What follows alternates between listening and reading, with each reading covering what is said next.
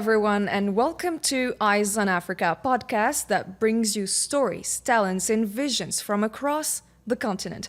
I'm Miriam Zien, and today we'll take a closer look at the experience of Nigerian students here in Algeria, why they chose to study here, the challenges they face, and their visions for the future.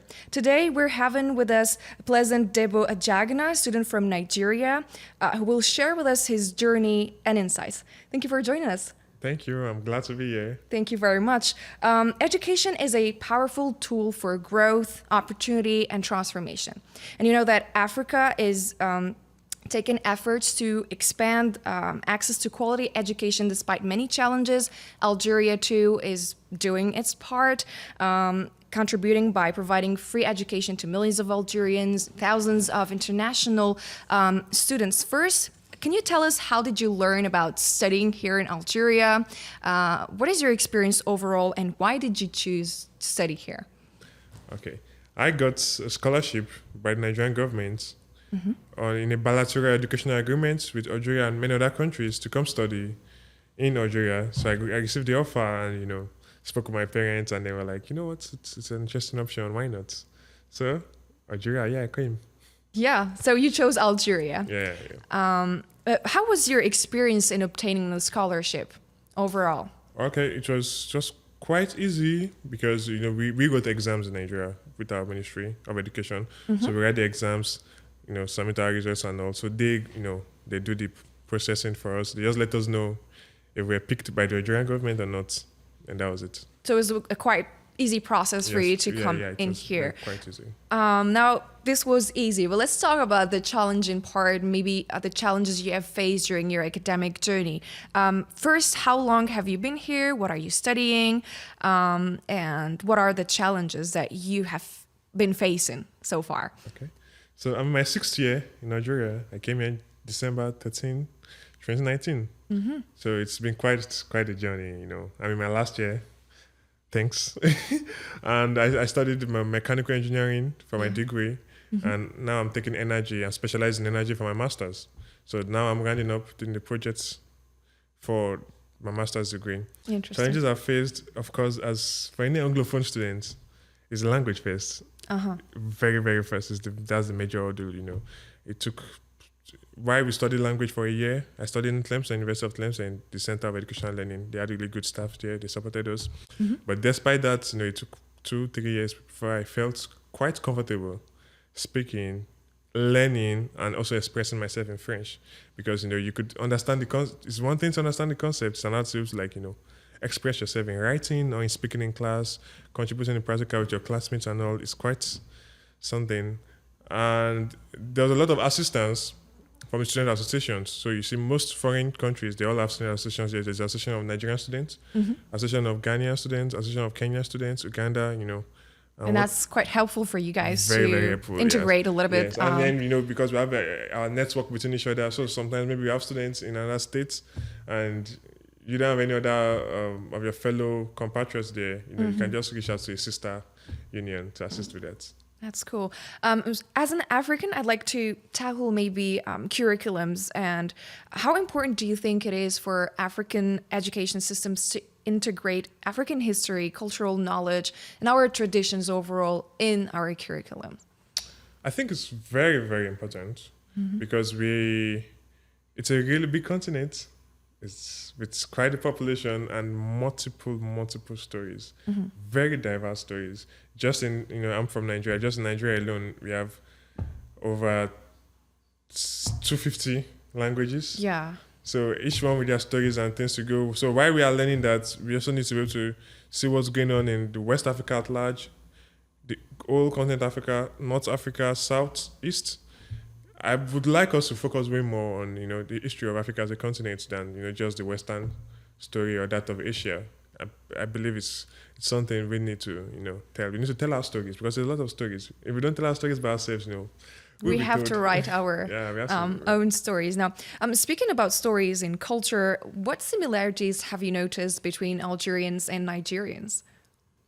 The family structure. Yeah, Nigeria is a very family-oriented country. Okay. Very, very, families above all. The nuclear family and the extended family. It's one thing I found in Nigeria also. I can say how important the families is. You see, people come back from school, followed by their dads and their moms in the afternoon, playing lunch breaks. Yeah, very family oriented. That's very family oriented. Yeah. Okay. Since it's Ramadan, Algerians do cook a lot of dishes and traditional dishes in Ramadan, like more than usual. We'd love to know. What are your favorite dishes, desserts, anything specific you like to eat and enjoy here in Algeria? Yeah, every Ramadan, Eid, I receive sweets from. I have some nice neighbors. They give us sweets. I enjoy that. I do not know the name. Okay. But, I know it's sweets, and there are various. Can you describe it? Maybe we can name it for you. It has wheat and nuts in it. It's circular. There are various shapes and all. Okay. But I love them. They're really nice. Okay. And then I've tried couscous and shoba, and yeah, they're quite delicious. You love couscous. That's your favorite dish. Yeah, favorite. We Algerian can say that. Dish, yeah. Okay. Algeria. Dish, yes. Okay. And so you've been studying here for 6 years, right? Yep. Have you picked up any Arabic expressions? You actually study in the University of Bijaya. Yes. And many people from there do actually speak Amazigh or Kabyle. Have you picked up any expressions from there? Yes, a little, just a bit by bit. The greetings, of course, Azul. Yeah, Azul. I have that, and some little other phrases and numbers, because when you have to get things in stores or speaking with descriptions, numbers and places, I have the names in Kabyle and in French. You have names in, so you get along with people by just speaking French and some Kabyle. Yes. Okay, that's cool. Have you connected with other African students in Algeria, and how did it influence your journey so far? Since you've come from far away, not that far away, really but far away. it's maybe good to meet some people from your own country, perhaps. That's been the best part of living in Nigeria as a student, as a foreign student. Meeting all that, not just meeting the Algerian culture. You get a glimpse into the East African culture, South African culture. It has been eye opening. Now I have various people across Africa on my contact list, friends like you could call I could go to almost any African country, let me say, and have a place to stay. That's awesome. Wow, yeah, so that's awesome. That's like a lot. That's like a lot of countries that you can go to. Yeah, yes, there's a lot. Kenya, Uganda, Lesotho, Ghana, of course, they are our brothers. Togo, I met Togo, Cameroonians, yeah, there's a lot. There's many countries. Zambia, Zimbabwe, wow. Mozambique. Yeah, there's a lot. Many other African countries. And how has that influenced you as a person, meeting a lot of people from Africa, maybe people you haven't met before? Yeah, and you probably, I know, mentalities, personalities of what's going on, in their countries. It has made me, turn my eye inward towards Africa, because a lot of times when we think worldwide, we are a lot more conscious of, either the United States of America or Europe, Western Europe. But seeing all that has made me turn my eye more inward towards Africa, So now when you think of various global issues, various ways of working, ways to start a company or whatnot. I now think a lot more of Africa. I think a lot more of different regions of Africa. That's been very helpful in that regards. Right.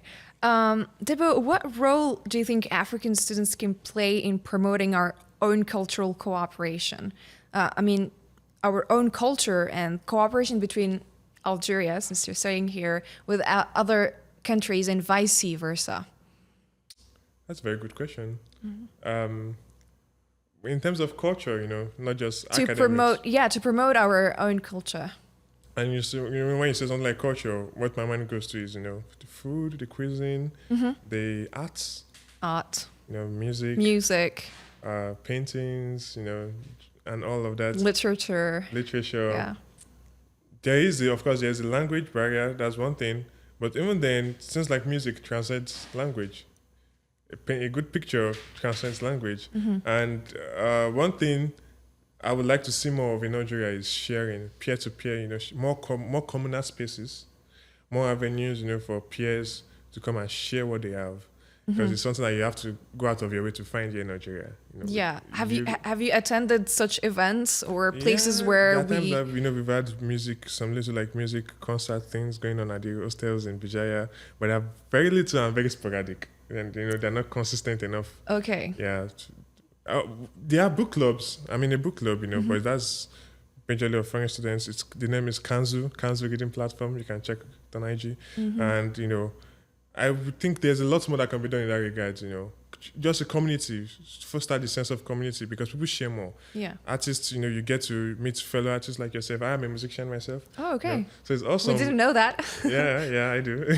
So it's awesome to get to meet fellow, artists and share, be more like a melting pot, because there's a lot of styles. I listen to the guy music, not much, but I once joined some band, and we play their music. It's a lot. It's mind blowing, and I love to incorporate it in my own playing. In Afrobeats and other sounds. Yeah. Right. So there should be maybe more events that do gather Africans together, so that they can learn about each other cultures and to promote our own culture to the world.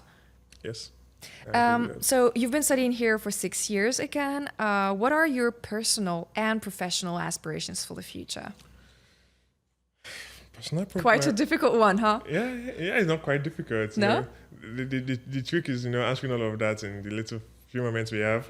Yeah, I think we just got 2 minutes left. Okay, so personally, I have a project going, a startup idea, that is towards, energy, learn how to be more efficient with the cost of energy household by household in Africa. So that's what I'm currently working on. That's my personal project. And of course, it should become professional subsequently when... It's quite linked. Yeah, it's quite linked, yeah. And in many other ways, so I'm working with many associations to have these joint events. Really, the other time we had a football tournament last December of like 6 countries: Nigeria, Kenya, Uganda, Zimbabwe, Lesotho. And the winner was Uganda, but anyways, but it was a lovely event. And we are now making plans to have a graduation event too, comprising of all foreign students, and also invite the Ministry of Algeria. So all that those are my goals for this year. Yeah. So what are you planning just right after you finish your master's? It's gonna be soon, right? Yeah. So do you have any plans? First immediate plan is to go back home, for my obligatory service year. Then subsequently, Okay. Start working or continue studies, doctorate or whatever. All right. Lastly, what advice would you give to international students or students who want to come here to Algeria and study? Okay. Very, very first, you have to be open-minded. You have to, be ready to completely learn the new ways of the society you find yourself in. Try not to be limited by what, you've been used to. And because when you're now open-minded, you will see similarities more often than maybe differences. There are the differences, a lot. But of course. Being open-minded helps a lot. Yeah, that's a good place to start. Be open to new experiences. Thank you so much, Debo, for sharing your insights and for joining us today. You're welcome. I'm glad to be here. Thank you so much. And thank you, viewers, for following this podcast. If you enjoyed the conversation, there will be upcoming ones. Thank you and take care.